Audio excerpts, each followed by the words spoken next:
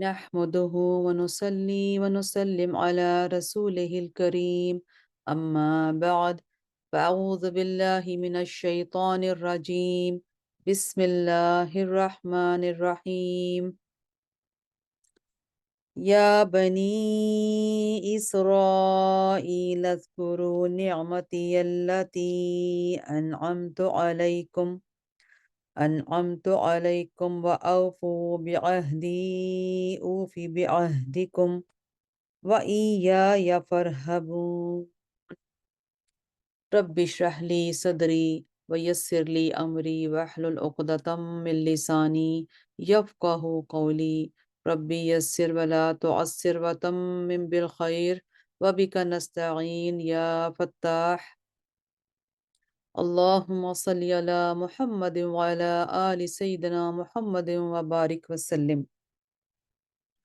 الحمدللہ سورہ بقرہ کی آیت نمبر 40 جو ہے، اور اس طرح 40 سے لے کے انشاءاللہ 46 تک ہم اس کو کمپلیٹ کریں گے آج۔ اللہ سبحانہ تعالیٰ مجھے اور آپ کو غور و فکر کی، اس میں سمجھنے کی توفیق عطا فرمائے، آمین۔ اللہ سبحانہ تعالیٰ فرماتے ہیں، اے بنو اسرائیل، میری اس نعمت کو یاد کرو جو میں نے تم کو عطا کی تھی، اور تم میرا عہد پورا کرو، میں تمہارا عہد پورا کروں گا اور تم مجھ سے ہی کرو۔ اللہ سبحانہ تعالیٰ یہاں اس آیت کریمہ میں جو فرمایا، لیکن اس سے پہلے آیات میں جو ہم نے پڑھی تھی، اللہ سبحانہ تعالیٰ نے توحید، رسالت اور حشر اور نشر پر دلائل قائم فرمائے۔ اس کے بعد اللہ تعالیٰ نے اپنی عام نعمتوں کو ذکر فرمایا جن سے ہر انسان فائدہ حاصل کرتا ہے، اور ان نعمتوں کا وجود اس پر دلالت کرتا ہے کہ ان کا کوئی اس چیز میں موجد ہے جو حکیم ہے اور حمید ہے اور وحدہ لا شریک ہے۔ ان نعمتوں کا سابقہ آسمانی کتابوں میں ذکر تھا، پھر نبی کریم صلی اللہ علیہ وآلہ وسلم کی زبان پر اللہ سبحانہ تعالیٰ نے ان نعمتوں کے ذکر کو نازل فرما دیا، اور سب کو معلوم تھا کہ نبی کریم صلی اللہ علیہ وآلہ وسلم نے ان کتابوں کو نہیں پڑھا اور نہ ہی کسی عالم کی صحبت اختیار کی۔ پھر آپ نے وہ مضامین اور گزشتہ امتوں کی خبریں اور واقعات بیان کیے جو آسمانی کتابوں میں موجود ہیں، اور غیب کی خبریں دیں، اور یہ اس بات کی واضح دلیل ہے کہ یہ آپ کا خود ساختہ کلام نہیں ہے بلکہ اللہ سبحانہ تعالیٰ کا کلام ہے جو اس نے آپ کے قلب پر، دل پر نازل فرمایا ہے۔ نیز اس بیان میں حشر و نشر پر بھی دلیل ہے۔ اللہ سبحانہ تعالیٰ نے انسانوں کو اور آسمانوں اور زمینوں کو پیدا کیا، اور جب وہ ان سب کو ابتداً پیدا کرنے پر قادر ہے تو فنا کے بعد دوبارہ پیدا کرنے پر بھی قادر ہے۔ اللہ سبحانہ تعالیٰ نے پھر اہل علم اور اہل کتاب کو خطاب کیا اور ان سے فرمایا کہ ان نعمتوں کو یاد کریں جو اللہ تعالیٰ نے ان کو عطا کی ہے، اللہ تعالیٰ سے کیے ہوئے عہد کو پورا کریں اور دلائل کے مطابق حق کی پیروی کریں۔ ان کو چاہیے کہ وہ محمد مصطفیٰ صلی اللہ علیہ وآلہ وسلم اور قرآن مجید پر سب سے پہلے ایمان لائیں اور ان کے احکام پر عمل کریں اور آخرت کو نہ بھولیں۔ آیت کریمہ سورہ بقرہ میں جو میں نے اس کی جو تلاوت کی تھی، اس کا ترجمے کو ہم دوبارہ سمجھتے ہیں کہ اللہ سبحانہ تعالیٰ فرماتے ہیں، اے بنو اسرائیل، میری اس نعمت کو یاد کرو جو میں نے تم کو عطا کی تھی، اور تم میرا عہد پورا کرو، میں تمہارا عہد پورا کروں گا۔ یہاں بنو اسرائیل پر اللہ سبحانہ تعالیٰ کی نعمتوں کا بیان اور ان نعمتوں کے یاد دلانے کی وجہ ہے۔ یہاں اسرائیلی جو عبرانی زبان کا لفظ ہے، اس کا معنی ہے اللہ کا بندہ یا عبداللہ یا امیر اور مجاہد۔ یہ حضرت یعقوب بن اسحاق بن ابراہیم خلیل اللہ کا لقب ہے۔ انسان پر اللہ سبحانہ تعالیٰ کے بے شمار نعمتیں ہیں۔ اللہ سبحانہ تعالیٰ کا ارشاد ہے، وَإِن تَعُدُّوا نِعْمَتَ اللَّهِ لَا تُحْصُوهَا اگر تم اللہ کی نعمتوں کو شمار کرو تو شمار نہ کر سکو گے۔ عام نعمتوں کے علاوہ جو نعمتیں بالخصوص اولاد اسرائیل کو عطا فرمائی وہ یہ ہیں کہ ان کو آل فرعون سے نجات دی، ان میں انبیاء بنائے، ان پر من و سلوہ نازل کیا، ایک پتھر سے ان کے لیے 12 چشمے رواں کر دیے، اور ان کو تورات کا امین بنا دیا جس میں سیدنا حضرت محمد مصطفیٰ صلی اللہ علیہ وآلہ وسلم کی صفات کا بیان ہے، آپ کی نبوت اور رسالت کا ذکر ہے۔ ہر چند کے یہ نعمتیں اس زمانے کے یہود کے آباء و اجداد کو اس زمانے کے یہود کے آباء و اجداد کو عطا کی گئی تھیں، لیکن آباء و اجداد کو دی گئی نعمتیں ان کی اولاد کے حق میں بھی نعمتیں ہوتی ہیں، کیونکہ ان نعمتوں سے ان کی عظمت اور فضیلت حاصل ہوتی ہے۔ خصوصی طور پر یہ نعمتیں ان کی بقا کا سبب ہیں۔ اگر فرعون بنو اسرائیل کی نسل کشی جاری رکھتا اور یا فرعون کے ساتھ بنو اسرائیل کو بھی سمندر میں غرق کر دیا جاتا تو آج دنیا میں یہودیوں کا وجود نہ ہوتا اور وہ کب کی جو ہے ہستی مٹ چکے ہوتے۔ تو اس لیے اللہ سبحانہ تعالیٰ نے ان کو یہ نعمتیں اس لیے یاد دلائی ہیں کہ وہ غور و فکر کریں، اور جب کوئی شخص اسی کی بے کثرت نعمتوں کو یاد کرتا ہے تو اس کی مخالفت سے کیا ہوتی ہے؟ حیا آتی ہے۔ سو یہودیوں کو اللہ تعالیٰ کے احکام کی مخالفت سے باز آنا چاہیے، اور تورات میں نبی صلی اللہ علیہ وسلم کی جن صفات کا ذکر ہے ان کو چھپانا نہیں چاہیے۔ تورات کی ایک بساطت سے یہودیوں نے اللہ سبحانہ تعالیٰ سے جو عہد کیا تھا اس کا پورا کرنا چاہیے، اور وہ عہد یہ تھا کہ اللہ سبحانہ تعالیٰ کے کسی حکم کی نافرمانی نہیں کریں گے، اور اللہ تعالیٰ کے احکام میں ایک حکم یہ بھی تھا کہ حضرت محمد مصطفیٰ صلی اللہ علیہ وآلہ وسلم پر ایمان لائیں گے تو اللہ بھی ان سے کیا ہوا عہد پورا کرے گا، اور ان کو کیا ملے گا؟ اس میں جنت میں داخل کر دے گا۔ یہاں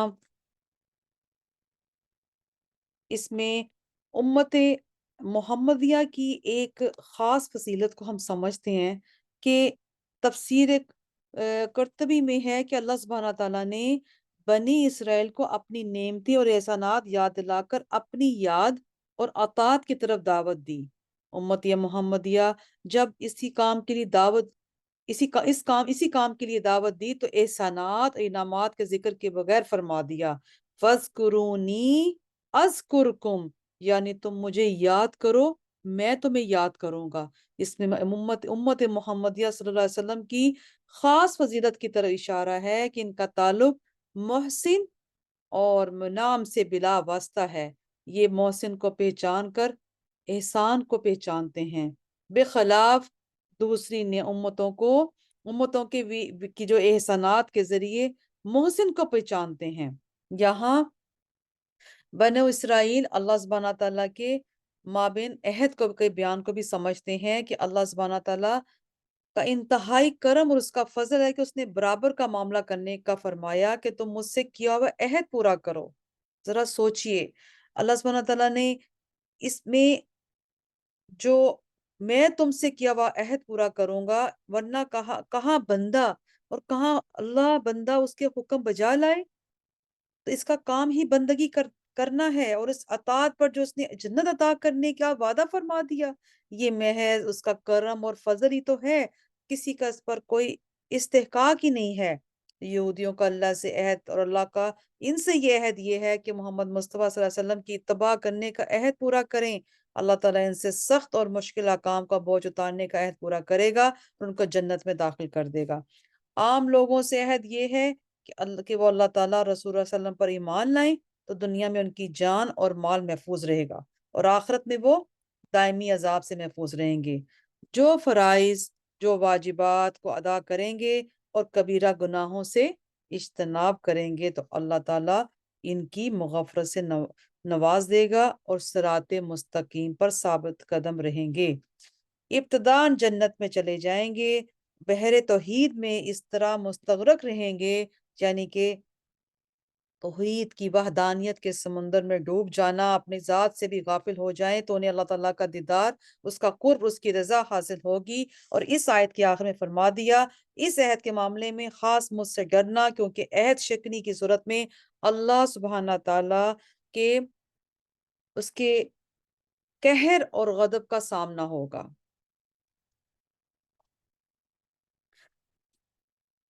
عہد شکنی، جو کہ آپ جانتی ہیں کہ یہ حرام ہے، ایفائے عہد واجب اور عہد شکنی حرام۔ اس آیت سے معلوم ہو گیا عہد اور معاہدے کو پورا کرنا ضروری ہے اور عہد شکنی حرام ہے۔ سورہ معاہدہ کی پہلی آیت میں اس سے زیادہ وضاحت کے ساتھ یہ مضمون آیا ہے، اوفو بالعقود۔ آپ صلی اللہ علیہ وسلم نے فرمایا عہد شکنی کرنے والوں کو جو سزا آخرت میں ملے گی، اس سے پہلے ہی ایک سزا یہ دی جائے گی کہ محشر کے میدان میں جہاں تمام اولین اور آخرین کا اجتماع ہوگا، عہد شکنی کرنے والے پر ایک جھنڈا بطور علامت کے لگا دیا جائے گا، اور جیسی بڑی عہد شکنی کی ہے اتنا ہی جھنڈا بلند ہوگا، یعنی کہ جتنی بڑی جو وعدہ خلافی کریں گے اتنا ہی جھنڈا بلند ہوگا۔ اس طرح ان کو میدان حشر میں ان کو رسوا اور شرمندہ کیا جائے گا۔ ہم آگے چلتے ہیں قرآن پاک کی آیت کریمہ سورہ بقرہ کی 41 میں۔ اللہ سبحانہ تعالیٰ فرماتے ہیں وَآمِنُوا بِمَا أَنزَلْتُ مُصَدِّقًا لِمَا مَعَكُمْ، اور ایمان لاؤ جس کو میں نے نازل کیا ہے، جو کتاب یعنی کہ مصدق لما تصدیق کرنے والی ہے، معکم جو تمہارے پاس ہے، ولا تکونوا اول کافر بہ، اور تم سب سے پہلے اس کے منکر نہ بنو، ولا تشتروا بآیاتی، اور تھوڑی قیمت کے بدلے ثمنا قلیلا، تھوڑی قیمت کے بدلے میں میری آیتوں کو فروخت نہ کرو، وَإِيَّايَ فَاتَّقُونِ، اور مجھ ہی سے ڈرو۔ اللہ سبحانہ تعالیٰ فرماتے ہیں اور قرآن پر ایمان لاؤ جو میں نے نازل کیا ہے، جو اس کتاب کی تصدیق کرنے والی ہے جو تمہارے پاس ہے۔ قرآن پاک کس چیز میں تورات کا مصداق ہے؟ ہر نبی کے زمانے میں اس کی شریعت پر عمل اور حضور کی رسالت کا عموم۔ اس آیت کا یہ مطلب نہیں ہے کہ تورات میں یہودیوں نے جو تحریف کر دی، یعنی اس کو موڑ دیا، قرآن مجید ان تحریفات کا بھی مصداق ہے، بلکہ اس کا مطلب یہ ہے کہ قرآن مجید اس کا مصداق ہے۔ تورات میں بھی ایک آسمانی کتاب ہے جو اللہ تعالیٰ کی طرف سے نازل کی گئی۔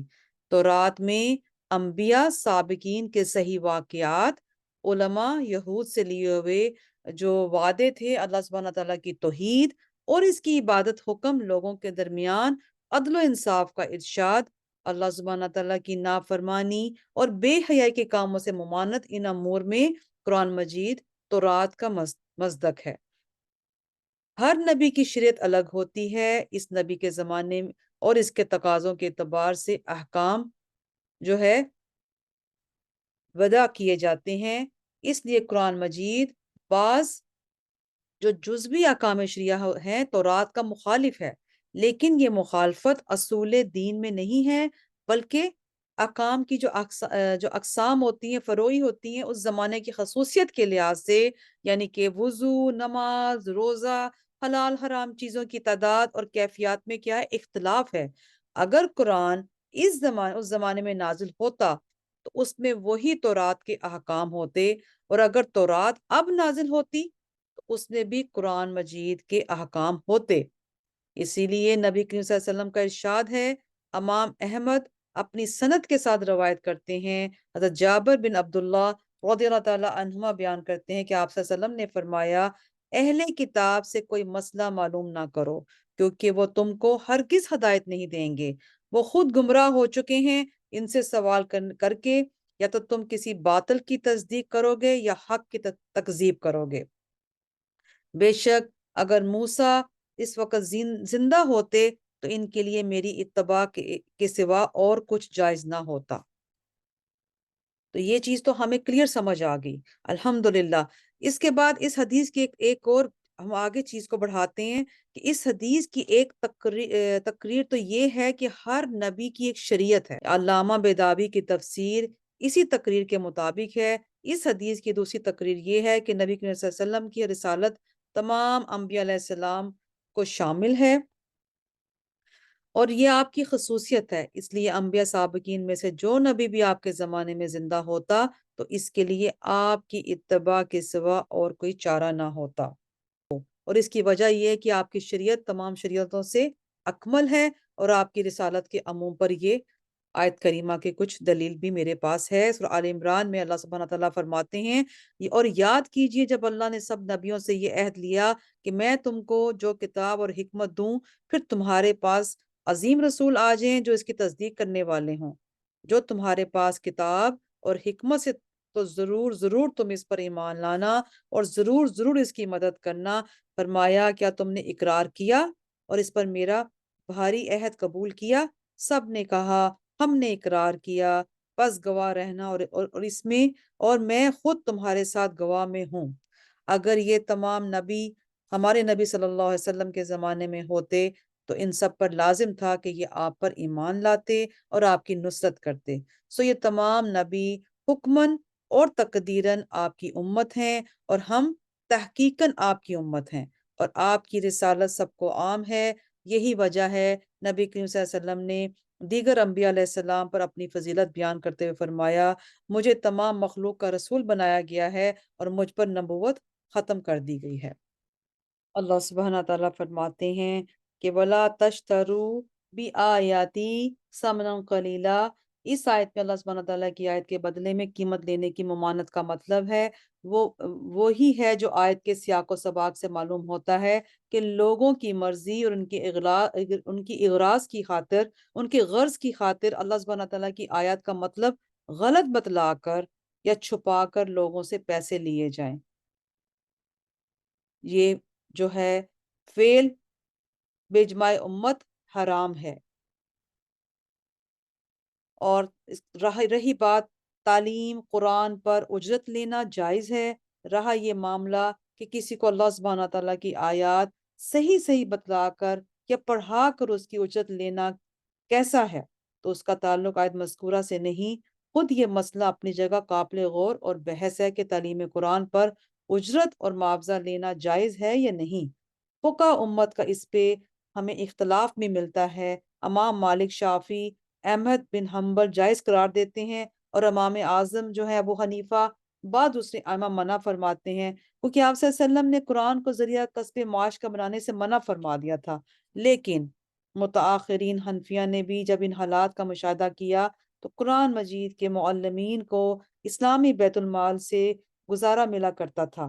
اب ہر جگہ اسلامی نظام میں فطور کے سبب ان معلمین کو عموماً کچھ نہیں ملتا۔ اگر اپنے معاش کے لیے کسی محنت مزدوری یا تجارت وغیرہ میں لگ جائیں تو بچوں کا تعلیم قرآن کا سلسلہ یکسر بند ہو جائے گا، کیونکہ وہ دن بھر کا مشغلہ رہتا ہے۔ اس لیے تعلیم قرآن پر تنخواہ لینے کو بے ضرورت جائز قرار دے دیا، جیسا کہ صاحب ہدایہ نے یہاں فرمایا تھا کہ آج اسی پر فتویٰ دینا چاہیے کہ تعلیم قرآن پر اجرت تنخواہ لینا جائز ہے۔ صاحب ہدایہ کے بعد آنے والے دوسرے فقہ نے بعض ایسے ہی دوسرے وظائف جن پر تعلیم قرآن کی طرح دین کی بقا موقوف، مثلا امامت، اذان اور تعلیم حدیث اور فقہ وغیرہ کو تعلیم قرآن کے ساتھ اس کو ملحق کر کے ان کو بھی اجازت دے دی۔ ایک چیز کا خیال رکھیے گا، قرآن پاک کی جو تعلیم ہے یا عبادات کی یا کسی کو سکھانے کی، اس کا کوئی معاوضہ نہیں ہوتا، لیکن ایک ٹائم مقرر ہوتا ہے، اس ٹائم کا معاوضہ ہوتا ہے۔ یہ مختصر چیز آپ کو اس لیے بتانا چاہتا تو ایصال ثواب کے لیے یہاں ایک اور چیز ہے کہ ختم قرآن پر اجرت لینا بے اتفاق جائز نہیں ہے۔ یہاں ایک قوی دلائل کے ساتھ یہ بات واضح کر دی ہے کہ تعلیم قرآن وغیرہ پر اجرت لینے کو جن متاخرین فقہ نے جائز قرار دیا ہے، اس کی علت ایک ایسی دینی ضرورت ہے جس میں خلل آنے سے دین کا پورا نظام مختل ہو جاتا ہے۔ اس لیے اس کو ایک ایسی ضرورت کے مواقع میں محدود رکھنا ضروری ہے۔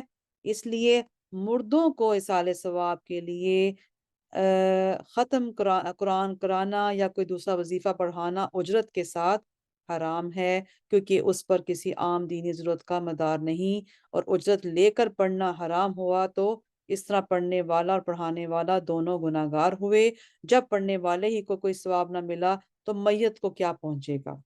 اس چیز کا خیال رکھیے گا کہ اجرت کسی کو دے دی جائے اس حوالے سے کہ یہ ختم قرآن پڑھایا جا رہا ہے اور وظیفے کیے جا رہے ہیں اس حوالے سے۔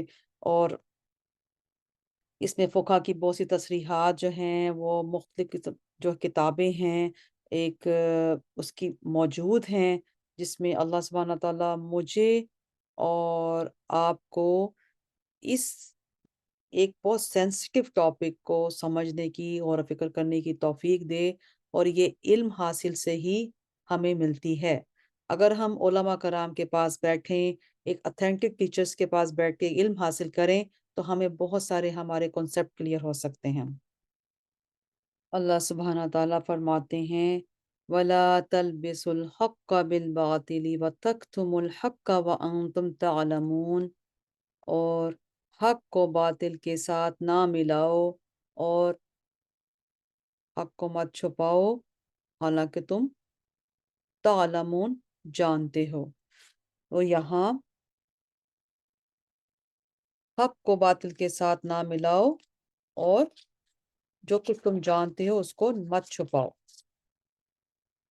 یہاں اس حوالے سے اس ثابت ہو گیا کہ حق بات مت کرو، اس طرح پیش کرنا جس سے مخاطب اس چیز میں مغالطے میں پڑ جائے، جائز نہیں۔ اسی طرح کسی خوف یا طمع کی وجہ سے اپنی حق بات کو چھپانا بھی حرام ہے۔ مسئلہ تو واضح ہو گیا، اس میں کسی تفصیل کی ضرورت ہی نہیں ہے، لیکن امام قرطبی نے اپنی تفسیر میں حق کو چھپانے سے پرہیز کرنے کا ایک واقعہ اور مفصل مکالمہ جو ہے وہ انہوں نے بیان کیا، جو میرے اور آپ کے لیے بہت فوائد کی وجہ سے قابل ذکر ہے۔ یہاں حضرت ابو حازم تابعی سلیمان ابن عبد الملک کی دربار میں اس سند کے ساتھ مذکور ہے کہ ایک مرتبہ سلیمان بن عبد الملک جو ہے مدینہ طیبہ پہنچے، چند روز قیام کیا تو لوگوں سے دریافت کیا کہ مدینہ طیبہ میں اب کوئی ایسا آدمی موجود ہے جس نے کسی صحابی کی صحبت پائی ہو؟ لوگوں نے بتایا ہاں، ابو حازم ایسے شخص ہیں۔ سلیمان نے اپنا آدمی بھیج کر ان کو بلوا لیا۔ جب وہ تشریف لائے تو سلیمان نے کہا اے ابو حازم، یہ کیا بے مروتی اور بے وفائی ہے؟ ابو حازم نے کہا آپ نے میری کیا بے مروتی اور بے وفائی دیکھ لی؟ سلیمان نے کہا مدینہ کے سب مشہور لوگ مجھ سے ملنے آئے، آپ نہیں آئے؟ ابو حازم نے کہا امیر المومنین، میں آپ کو اللہ کی پناہ میں دیتا ہوں اس سے کہ آپ کوئی ایسی بات کہیں جو واقعے کے خلاف ہے۔ آج سے پہلے نہ آپ مجھ سے واقف تھے اور نہ میں نے کبھی آپ کو دیکھا تھا۔ ایسے حالات میں خود ملاقات کے لیے آنے کا کوئی سوال ہی پیدا نہیں ہوتا۔ بے وفائی کیسی؟ سلیمان نے جب سن کر ابن شہاب زہری اور حاضرین مجلس کی طرف جو ہے التفات کیا تو امام زہری نے فرمایا کہ ابو حازم نے صحیح فرمایا، آپ نے غلطی کی۔ اس کے بعد سلیمان نے کچھ سوالات کرنے شروع کر دیے اور کہا اے ابو حازم، یہ کیا بات ہے کہ ہم موت سے گھبراتے ہیں؟ آپ نے فرمایا وجہ یہ ہے کہ آپ نے اپنی آخرت کو ویران اور دنیا کو آباد کیا ہے، اس لیے آبادی سے ویرانے میں جانا پسند نہیں۔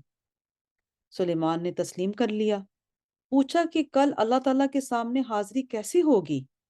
فرمایا نیک عمل کرنے والا تو اللہ تعالیٰ کے سامنے اس طرح جائے گا جیسا کوئی مسافر سفر سے واپس اپنے گھر والوں کے پاس جاتا ہے، اور برے عمل کرنے والا اس طرح پیش ہوگا جیسے بھاگا ہوا غلام پکڑ کر آقا کے پاس حاضر کیا جائے۔ سلیمان یہ سن کر رو پڑے اور کہنے لگے کاش ہمیں معلوم ہوتا کہ اللہ تعالیٰ نے ہمارے لیے کیا صورت تجویز کر رکھی ہے۔ ابو حازم نے فرمایا کہ اپنے اعمال کو اللہ کی کتاب پر پیش کرو تو پتہ لگ جائے گا۔ سلیمان نے دریافت کیا قرآن کی کس آیت سے یہ پتہ لگے گا؟ فرمایا اس آیت سے ان الابرار لفی نعیم وان الفجار لفی جحیم، یعنی بلا شبہ نیک عمل کرنے والے جنت کی نعمتوں میں ہیں اور نافرمان گناہ شار دوزخ ہیں۔ سلیمان نے کہا اللہ تعالیٰ کی رحمت تو بڑی ہے، وہ بدکاروں پر بھی حاوی ہے۔ فرمایا ان رحمت اللہ قریب من المحسنین، یعنی اللہ سبحانہ تعالیٰ کی رحمت نیک عمل کرنے والوں سے قریب ہے۔ سلیمان نے پوچھا اے ابو حازم، اللہ کے بندوں میں سب سے زیادہ کون عزت والا ہے؟ فرمایا وہ لوگ جو مروت اور عقل سلیم رکھنے والے ہیں۔ پھر پوچھا کون سا عمل افضل ہے؟ تو فرمایا فرائض اور واجبات کی ادائیگی حرام چیزوں سے بچنے کے ساتھ۔ پھر دریافت کیا کون سی دعا زیادہ قابل قبول ہے؟ تو فرمایا کہ جس شخص پر احسان کیا گیا ہو اس کی دعا اپنے محسن کے لیے اقرب الی القبول ہے۔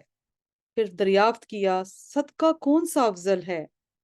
تو فرمایا کہ مصیبت زدہ سائل کے لیے باوجود اپنے افلاس کے جو کچھ ہو سکے اس طرح خرچ کرنا کہ نہ اس سے پہلے احسان جتائے اور نہ ٹال مٹول کر کے ایذا پہنچائے۔ پھر دریافت کیا کلام کون سا افضل ہے؟ تو فرمایا جس شخص سے تم کو خوف ہو یا جس سے تمہاری کوئی حاجت ہو اور امید وابستہ ہو، اس کے سامنے بغیر کسی رد رعایت کے حق بات کہہ دینا، یعنی کہ کوئی بوس ہو جائے یا گھر کا کوئی بھی ایسا معاملے میں جس میں حاکم یا جس کا ہمیں نظر آ رہا ہو کہ اس نے ہم پر اتنا احسان کیا اور اس کے سامنے ایک حق بات کہنا۔ پھر دریافت کیا کون سا مسلمان سب سے زیادہ ہوشیار ہے؟ فرمایا وہ شخص جس نے اللہ سبحانہ تعالیٰ کی اطاعت کے تحت کام کیا ہو اور دوسروں کو بھی اس کی دعوت دی ہو۔ پھر پوچھا کہ مسلمان میں کون شخص احمق ہے؟ فرمایا وہ آدمی جو اپنے کسی بھائی کی اس کے ظلم میں امداد کرے، جن کا حاصل یہ ہوگا کہ اس نے دوسروں کی دنیا درست کرنے کے لیے اپنا دین بیچ دیا۔ سلیمان نے کہا صحیح فرمایا۔ اس کے بعد سلیمان نے اور واضح الفاظ میں دریافت کیا کہ ہمارے بارے میں آپ کی کیا رائے ہے؟ ابو حازم نے فرمایا مجھے اس سوال سے معاف رکھیں تو بہتر ہے۔ سلیمان نے کہا نہیں، آپ ضرور کوئی نصیحت کا کلمہ کہیں۔ ابو حازم نے فرمایا اے امیر المومنین، تمہارے آباء و اجداد نے جو بزور شمشیر لوگوں پر تسلط کیا، زبردستی ان کی مرضی کے خلاف ان پر حکومت قائم کی، بہت سے لوگوں کو قتل کیا، یہ سب کچھ کرنے کے بعد وہ اس دنیا سے رخصت ہو گئے ہیں۔ کاش آپ کو معلوم ہوتا کہ وہ مرنے کے بعد کیا کہتے ہیں اور ان کو کیا کہا جاتا ہے۔ حاشیہ نشینوں میں سے ایک شخص نے بادشاہ کے مزاج کے خلاف ابو حازم کی اس صاف گوئی کو سن کر کہا ابو حازم تم نے یہ بہت بری بات کہہ دی ہے۔ ابو حازم نے فرمایا تم غلط کہتے ہو، بری بات نہیں کہی بلکہ وہ بات کہی جس کا ہم کو حکم ہے۔ اللہ سبحانہ تعالیٰ نے علماء سے اس کا عہد لیا ہے کہ حق بات لوگوں کو بتلا دیں، چھپائیں گے نہیں۔ لَتُبَيِّنُنَّهُ لِلنَّاسِ وَلَا تَكْتُمُونَهُ، یہی وہ بات ہے جس کے لیے طویل حقائق امام قرطبی نے آیت مذکورہ کی تفسیر میں درج فرما دی۔ سلیمان نے پھر سوال کیا اچھا اب ہمارے درست ہونے کا کیا طریقہ ہے؟ فرمایا کہ تکبر چھوڑ دو، مروت اختیار کرو، حقوق والوں کو ان کے حقوق انصاف کے ساتھ تقسیم کرو۔ سلیمان نے کہا کہ ابو حازم کیا ہو سکتا ہے کہ آپ ہمارے ساتھ رہیں؟ فرمایا اللہ کی پناہ۔ سلیمان نے پوچھا یہ کیوں؟ فرمایا اس لیے مجھے خطرہ یہ ہے کہ میں تمہارے مال اور دولت اور عزت اور وجاہ کی طرف کچھ مائل ہو جاؤں جس کے نتیجے میں مجھے عذاب بھگتنا پڑے، یعنی کہ مال دولت اور عزت جو احسان جو پیار ان سے ملے گا مال کی وجہ سے یا دولت کی جو ایک محبت ہوتی ہے یا امید کی جو ایک ہوتی ہے چاہت کہ یہ ملے گی سب چیزیں ان سے، تو یہ نہ ہو کہ اس کا نتیجہ کچھ اور بننا شروع ہو جائے۔ پھر سلیمان نے کہا اچھا آپ کو کوئی حاجت ہو تو بتلائیے، ہم اس کو پورا کریں۔ فرمایا ہاں ایک حاجت ہے کہ جہنم سے نجات دلا دو اور جنت میں داخل کر دو۔ سلیمان نے کہا یہ تو میرے اختیار میں نہیں۔ فرمایا کہ پھر مجھے آپ سے اور کوئی حاجت مطلوب نہیں۔ آخر میں سلیمان نے کہا اچھا میرے لیے دعا کیجیے۔ تو ابو حازم نے یہ دعا کی یا اللہ اگر سلیمان آپ کو پسندیدہ ہے تو اس کے لیے دنیا اور آخرت کی بہتری کو آسان بنا دے، اور اگر وہ آپ کا دشمن ہے تو وہ اس کے بال پکڑ کر اپنی مرضی اور محبوب کاموں کی طرف لے آ۔ سلیمان نے کہا، مجھے کچھ وصیت فرما دیں۔ ارشاد فرمایا، مختصر یہ ہے، اپنے رب کی عظمت جلال اس درجے میں رکھو کہ وہ تمہیں اس مقام پر نہ دیکھے جس سے منع کیا ہے، اور اس مقام سے غیر حاضر نہ پائے جس کی طرف آنے کا اس نے حکم دیا۔ سلیمان نے اس مجلس سے فارغ ہونے کے بعد 100 گنیاں بطور ہدیے کے ابو حازم کے پاس بھیجیں۔ ابو حازم نے ایک خط کے ساتھ ان کو واپس کر دیا۔ خط میں لکھا تھا، اگر یہ 100 دینار میرے کلمات کا معاوضہ ہیں تو میرے نزدیک خون اور خنزیر کا گوشت اس سے بہتر ہے، اس لیے بھیجا کہ بیت المال میں میرا حق ہے۔ تم مجھ جیسے ہزاروں علماء اور دین کی خدمت کرنے والے ہیں، اگر سب کو آپ نے اتنا ہی دیا ہے تو میں بھی دے سکتا ہوں، ورنہ مجھے اس کی ضرورت نہیں۔ ابو حازم کے اس ارشاد سے اپنے کلمات نصیحت کا معاوضہ لینے کو خون اور خنزیر کی طرح قرار دیا۔ اس مسئلے پر روشنی پڑتی ہے کہ کسی طاعت اور عبادت کا معاوضہ لینا ان کے نزدیک جائز نہیں۔ یہ ایک ایسا واقعہ آپ کو سنایا جس میں میرے اور آپ کے لیے ایک بہت ہی ایک گہری غور و فکر ہے۔ اللہ سبحانہ تعالیٰ ہمارے لیے اسی آیات کی برکات سے، اور مفسرین محدثین نے جو ایک پاک کتابوں میں یہ سب واقعہ جب لکھے ہوں تو ہمارے اوپر اثر کریں، اور اس کو ہم ہر چیز کو غلط اور صحیح کا امتیاز کرنا سیکھ لیں۔ انشاءاللہ اب آگے والی آیت کو ہم پڑھتے ہیں کہ اللہ سبحانہ تعالیٰ نے یہاں فرمایا، بسم اللہ الرحمن الرحیم، وَأَقِيمُوا الصَّلَاةَ وَآتُوا الزَّكَاةَ وَارْكَعُوا مَعَ الرَّاكِعِينَ، اور نماز قائم کرو اور زکوٰۃ ادا کرو اور رکوع کرنے والوں کے ساتھ رکوع کرو۔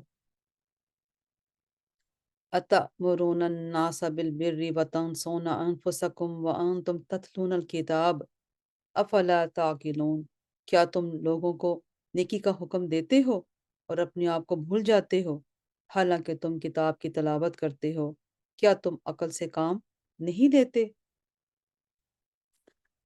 اب انشاءاللہ اس کی تفسیر اور تفسیر کو سمجھتے ہیں کہ یہاں اگر پچھلی آیتوں کو اگر ہم دیکھیں تو بنی اسرائیل کو اللہ تعالیٰ نے اپنی نعمتیں اور احسانات یاد دلا کر ایمان اور عمل صالح کی طرف دعوت دی تھی۔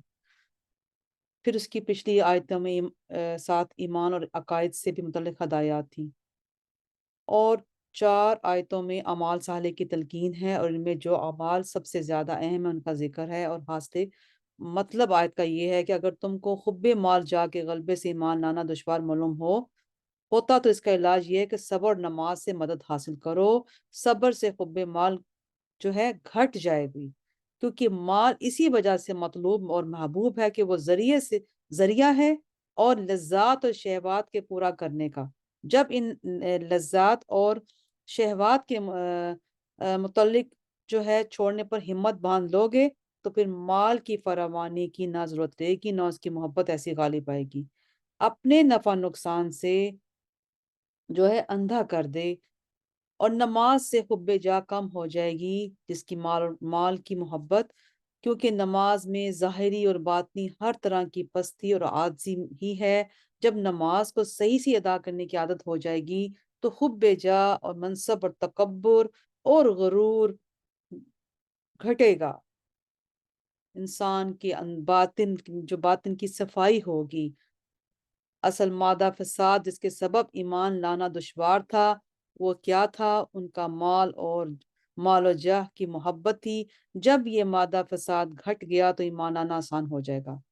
اب سمجھیے کہ صبر میں تو صرف غیر ضروری خواہشات اور شہوات کا ترک کرنا ہے، نماز میں تو بہت سے افعال کا واقعہ کرنا بھی ہے، بہت سی جائز خواہشات کو بھی وقتی طور پر ترک کرنا ہے، مثلا کھانا پینا، کلام کرنا، چلنا پھرنا، دوسری انسانی ضروریات جو ہوتی ہے شرعاً جائز اور مباح ہیں، ان کو بھی نماز کے وقت وقتی طور پر ترک کر دی جاتی ہے، جیسا کہ میں اور آپ اس کو پریکٹیکل میں الحمدللہ اچھی طرح جانتے ہیں۔ اور وہ بھی اوقات کی پابندی کے ساتھ، دن رات میں 5 مرتبہ، اس لیے نماز نام ہے کہ کچھ افعال جو ہے معین اوقات، ایک فکس جو ٹائم ہوتا ہے تمام ناجائز اور جائز چیزوں سے صبر کرنے کا ہے۔ اچھا جی، اس کے بعد غیر ضروری خواہشات کے ترک کرنے پر انسان ہمت باندھ لے تو چند روز کے بعد طبیعت جو ہے، اس کی جو طبی تقاضا بھی ختم ہو جاتا ہے، کوئی بھی دشواری نہیں رہتی۔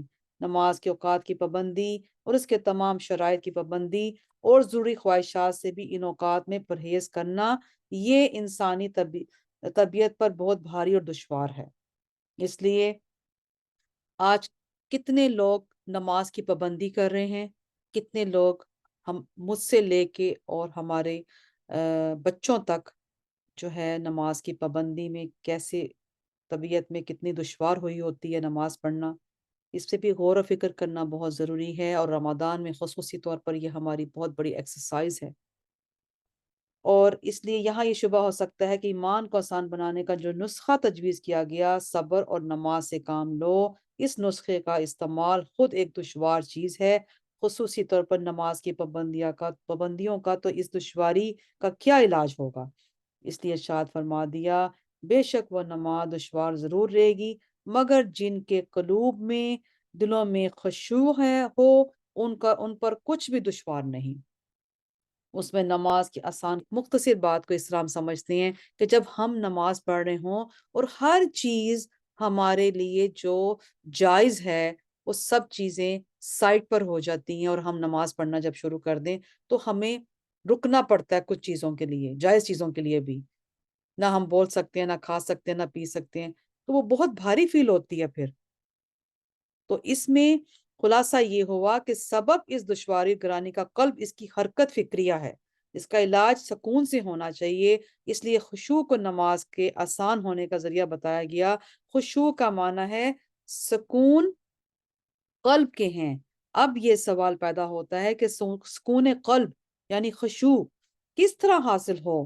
تو بات تجربے سے ثابت ہے کہ اگر کوئی شخص اپنے دل سے مختلف اپنے فکریں، خیالات کو براہ راست نکالنا چاہے تو اس میں کامیابی قریب بے محال ہے، بلکہ اس کی تدبیر یہ ہے کہ نفس انسانی چونکہ ایک وقت میں دو طرف متوجہ نہیں ہو سکتا، اس لیے اگر اس کو کسی ایک خیال میں یعنی کہ وہ محو مستغرق کر دیا جائے تو دوسرے خیالات، افکار خود بخود دل سے نکل جاتے ہیں۔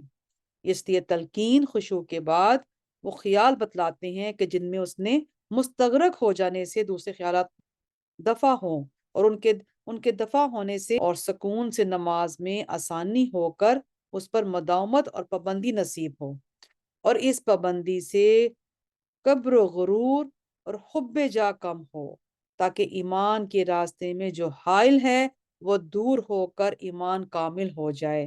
سبحان اللہ، کیا ہی خوبصورت ایک ترتیب کی ہوئی علاج، اور یہ جو ہے یہ اس کو بیان کیا گیا، جس پہ ہمارے دل میں جب تک خشوع نہیں ہوگا تب تک ہم وہ جو سارا دن کی جو ہماری فکریں ہیں، جو ٹینشنیں ہیں، جو جو ہمارے جائز چیزیں چل رہی ہیں سارا دن میں، اور نماز کے وقت ہم نے اس کو ویو کر دینی ہے، اور ہم نے اللہ کی یاد میں مستغرق جب ہو جانا ہے تو وہ پھر اس عبادت کی اپنی ہی لذت ہے۔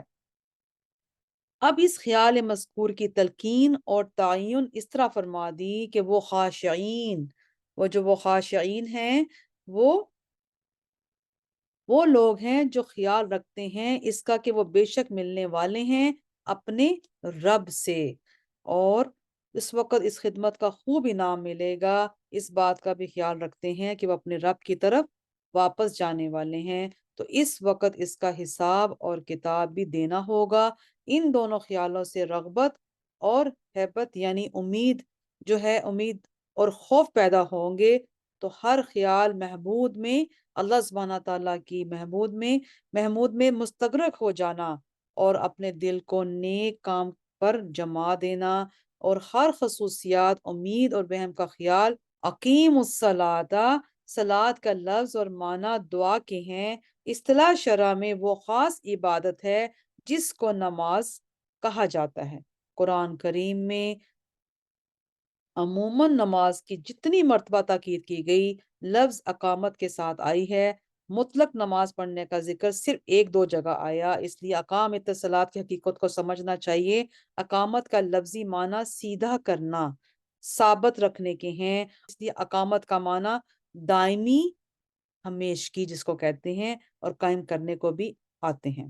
قرآن و سنت کی اصطلاح میں اقامت الصلاۃ کا معنی نماز کو اس کے وقت میں پابندی کے ساتھ اس کے پورے آداب اور شرائط کی رعایت کر کے ادا کرنا ہے۔ اللہ سبحانہ تعالیٰ نے فرمایا ان الصلاۃ تنہا عن الفحشاء والمنکر، یعنی نماز انسان کو ہر بے حیائی اور برے کام سے روک دیتی ہے۔ نماز کا یہ اثر اس وقت ظاہر ہوگا جبکہ نماز کی اقامت اس معنی سے کریں جو ابھی ذکر کیے گئے ہیں۔ بہت سے نمازیوں کو برائیوں اور بے حیائیوں میں مبتلا دیکھ کر اس آیت پر کوئی شبہ نہ کرنا چاہیے، کیونکہ ان لوگوں نے نماز پڑھی تو ہے مگر اس کو قائم نہیں کیا۔ آت الزکوٰۃ، لفظ زکوٰۃ کا معنی لغت میں دو آتے ہیں، یعنی کہ پہلی بات تو دیکھیں رمضان کا مہینہ ہے اور خصوصی طور پر لوگ جو ہے رمضان میں ہی زکوٰۃ کو ادا کرنے کے لیے جو ہے زیادہ پریورٹی رکھتے ہیں، حالانکہ شریعت میں زکوٰۃ جو رمضان کا جو مہینے میں زکوٰۃ دینا کہیں بھی نہیں ثابت ہوا۔ اگر آپ اپنی زکوٰۃ کی کیلکولیشن کرتی ہیں رمضان کے مہینے سے لے کے اگلے رمضان تک، تو وہ یہ آپ کا اپنا جو ہے یہ خیال، اور آپ اس چیز میں اجر و ثواب زیادہ لینے کے لیے اس چاہت کے لیے کرتی ہیں۔ ادروائز آت الزکوٰۃ میں لفظ میں لغت کو سمجھتے ہیں، اس کا مطلب ہوتا ہے پاک کرنا، بڑھنا۔ اصطلاح شریعت میں مال کے اس حصے کو زکوٰۃ کہا جاتا ہے جو شریعت کے احکام کے مطابق کسی مال میں نکالا جائے اور اس کے مطابق صرف کیا جائے۔ وَارْكَعُوا مَعَ الرَّاكِعِينَ، رکوع کے لغوی معنی کیا ہیں؟ جھکنے کے ہیں۔ اس معنی کے اعتبار سے یہ لفظ سجدے پر بھی بولا جا سکتا ہے کیونکہ وہ بھی جھکنے کا انتہائی درجہ ہے، مگر اصطلاحی شرح میں اس خاص جھکنے کو رکوع کہتے ہیں جو نماز میں معروف اور جو مشہور ہے۔ آیت کے معنی یہ ہیں کہ رکوع کرو، رکوع کرنے والے کے ساتھ۔ یہاں ایک بات یہ قابل غور ہے کہ نماز کے تمام ارکان میں سے اس جگہ رکوع کی تخصیص کیوں کی گئی؟ اس کا جواب یہ ہے، یہاں نماز کا ایک جو جز ہے بول کر کل نماز مراد لے لی گئی، جیسے قرآن مجید میں ایک جگہ فرمایا قرآن الفجر، فرما کر پوری نماز فجر مراد ہے۔ بعض روایات حدیث میں سجدے کا لفظ بول کر پوری رکعت نماز مراد لے لی گئی۔ اس لیے مراد آیت کی یہ ہو گئی کہ نماز پڑھو نماز پڑھنے والوں کے ساتھ، لیکن یہ سوال پھر بھی باقی رہ جاتا ہے کہ نماز کے بہت سے ارکان میں سے رکوع کی تخصیص میں کیا حکمت ہے؟ وَارْكَعُوا مَعَ الرَّاكِعِينَ،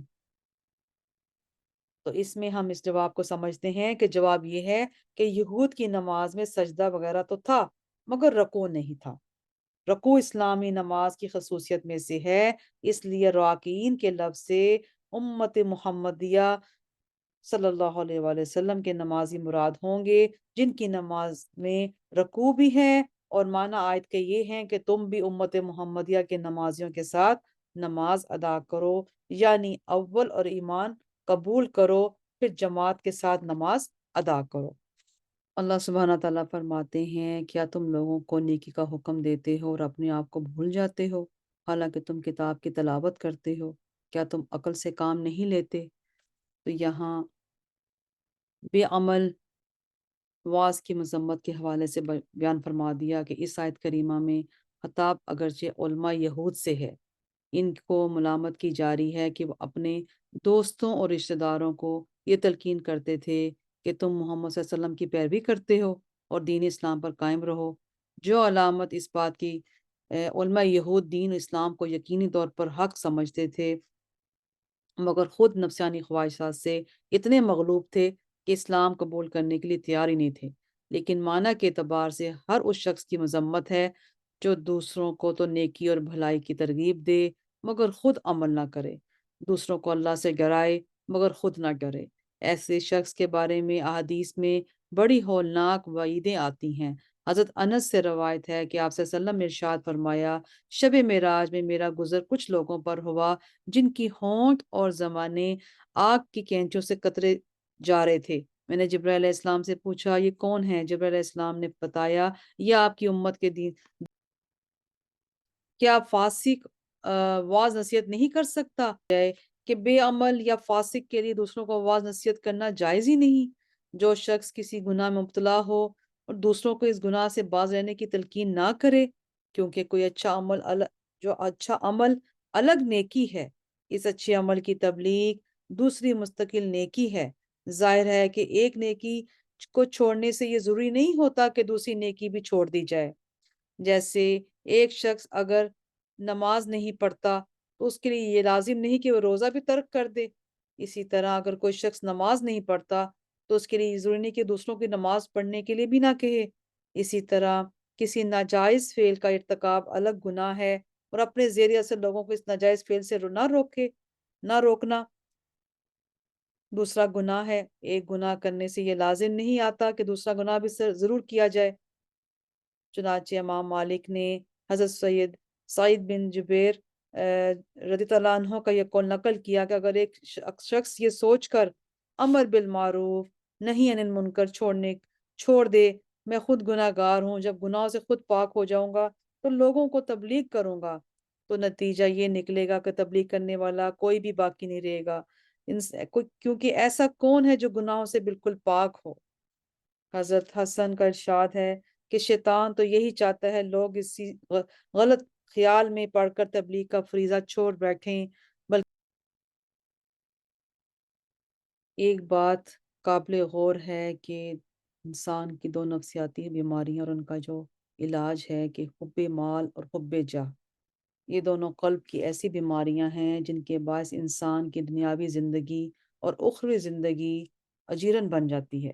اور غور کیا جائے تو معلوم ہوگا کہ انسانی تاریخ میں اب تک جتنی انسانیت جو ہے جتنی لڑائیاں لڑی گئیں، جو فساد برپا ہوئے، ان میں سے اکثر ہی بیشتر جو ہے وہ دو بیماریوں نے ہی جنم دیا تھا۔ اور حب مال کے نتائج یہ نکلتے ہیں کہ غرضی پیدا ہو جاتی ہے، جو مال کی ہوس کو پورا کرنے کے لیے اسے اشیاء میں ملاوٹ اور ناپ تول میں کمی اور رشوت ستانی، مکر و فریب اور دغا بازی کے ہیلے سجھاتی ہے۔ ایسے شخص کو کتنا ہی مال مل جائے لیکن مزید کمانے کا دھن ایسے سوار ہوتا ہے کہ تفریح اور آرام کے وقت بھی یہی بے چینی اسے کھائی جاتی ہے کہ کس طرح اپنے سرمایہ میں زیادہ سے زیادہ اضافہ کروں۔ بالآخر جو مال اس کے آرام اور راحت کا ذریعہ بنتا وہ اس کے لیے وبال بن جاتا ہے۔ حق بات خواہ کتنی روشن ہو کر سامنے آ جائے مگر وہ ایسی کسی بات کو ماننے کی ہمت ہی نہیں کرتا جو اس کی ہوس مال سے جو ہے متصادم ہو۔ تمام چیزیں بالآخر پورے معاشرے کا امن اور چین برباد کر ڈالتی ہیں۔ تو غور کیا جائے قریب یہ حال حب جا کا نظر آئے گا تو اس کے نتیجے میں کیا ہوگا؟ تکبر، خود جو ہے غرضی، حقوق کی پامالی اور لڑائی جھگڑے فساد، اسی طرح بے شمار انسانیت خرابیاں جنم لیں گی جو بالآخر دنیا کو دوزخ بنا کر چھوڑتی ہیں۔ ان دونوں بیماریوں کا علاج کیا ہے؟ قرآن پاک میں اللہ سبحانہ تعالیٰ نے فرما دیا وَاسْتَعِینُوا بِالصَّبْرِ وَالصَّلَاةِ وَإِنَّهَا لَكَبِیرَةٌ إِلَّا عَلَى الْخَاشِعِینَ۔ یہاں اللہ سبحانہ تعالیٰ نے فرما دیا کہ اور صبر اور نماز کے ذریعے سے مدد حاصل کرو، بے شک نماز ضرور دشوار ہے سو ان لوگوں کے جو اللہ سبحانہ کی طرف جھکنے والے ہیں۔ تو یہاں غور کیا جائے اس میں صبر اختیار کرو یعنی اپنی لذات اور شہوات پر قابو حاصل کر لو۔ حب مال گھٹ جائے گی کیونکہ مال کی محبت اسی لیے پیدا ہوتی ہے کہ مال جو ہوتا ہے لذات اور شہوات کو پورا کرنے کا ذریعہ ہے۔ جب نماز سے حب جا کم ہو جائے گی کیونکہ نماز میں ظاہری اور باطنی ہر طرح کی عاجزی اور پستی ہے، جب نماز کو صحیح سے ادا کرنے کی عادت ہو جائے گی تو دوسرا لفظ خضوع بھی ہے استعمال ہوتا ہے۔ قرآن پاک میں بار بار آیا ہے کہ دونوں الفاظ تقریباً ہم معنی ہے لیکن خشوع کا لفظ اصل کے اعتبار سے آواز اور نگاہ کی پستی اور تذلل کے لیے بولا جاتا ہے، جبکہ وہ مصنوعی نہ ہو بلکہ قلبی خوف اور اس توادے کا نتیجہ ہو۔ قرآن کریم میں خشعت الاسوات، آوازیں پست ہو گئیں، اور خضوع کا لفظ بدن کی توادر انکساری کے لیے استعمال ہوتا ہے۔ اللہ سبحانہ تعالیٰ نے فرمایا پس ان کی گردنیں اس کے سامنے جھک گئیں۔ نماز میں خشوع کی تاکید قرآن و سنت میں بار بار آئی۔ وَأَقِمِ الصَّلَاةَ لِذِكْرِی، اور نماز قائم کر مجھے یاد کرنے کے لیے۔ غفلت یاد کرنے کی جو ہے ضد ہے، جو نماز میں اللہ سبحانہ تعالیٰ سے غافل ہے، وہ اللہ کو یاد کرنے کا فریضہ ادا نہیں کر رہا۔ اللہ سبحانہ تعالیٰ نے فرمایا اور اور تو غافلوں میں سے نہ ہو۔ آپ صلی اللہ علیہ وسلم نے ارشاد ہے، نماز تو صرف تمسکن اور توادے ہی ہے، جس کا ظاہری مطلب یہ ہے جب تمسکن اور توادے دل میں نہ ہو تو وہ نماز ہی نہیں۔ ایک اور حدیث میں ہے، جس کی نماز سے بے حیائی اور برائیوں سے نہ روک سکیں، وہ اللہ سے جو ہے دور ہی ہوتا جاتا ہے، اور غافل کی نماز بے حیائی اور برائیوں سے نہیں رکتی۔ معلوم ہوا غفلت کے ساتھ نماز پڑھنے والا اللہ سے دور ہی ہوتا جاتا ہے۔ اللہ سبحانہ تعالیٰ مجھے اور آپ کو غفلت کی نمازوں سے بچائے۔ اللہ سبحانہ تعالیٰ فرماتے ہیں، الذین یظنون انہم ملاقو ربہم وانہم الیہ راجعون، جو یہ یقین رکھتے ہیں کہ وہ اپنے رب سے ملاقات کرنے والے ہیں اور وہ اسی کی طرف لوٹنے والے ہیں۔ تو اس آیت کا یعنی پچھلی آیت کے ساتھ جب ہم ملائیں تو اس کا خلاصہ یہ ہے کہ مشرکین اور جو لوگ فسق اور فجور میں ڈوبے ہوئے اور آخرت کے منکر ہیں، ان پر نماز کا پڑھنا دشوار ہے، اور جو مخلص مومنین ہیں اور اطاعت گزار ہیں، اللہ سبحانہ تعالیٰ کی ملاقات اور اس کے دیدار کے مشتاق ہیں، ان پر نماز آسان ہے۔ اس کسوٹی پر کہ اپنے آپ کو پرکھ کر دیکھنا چاہیے کہ اگر ہمیں نماز پڑھنا دشوار معلوم ہو تو پھر ہمیں اپنے ایمان اور آخرت پر یقین کا جائزہ لینا چاہیے۔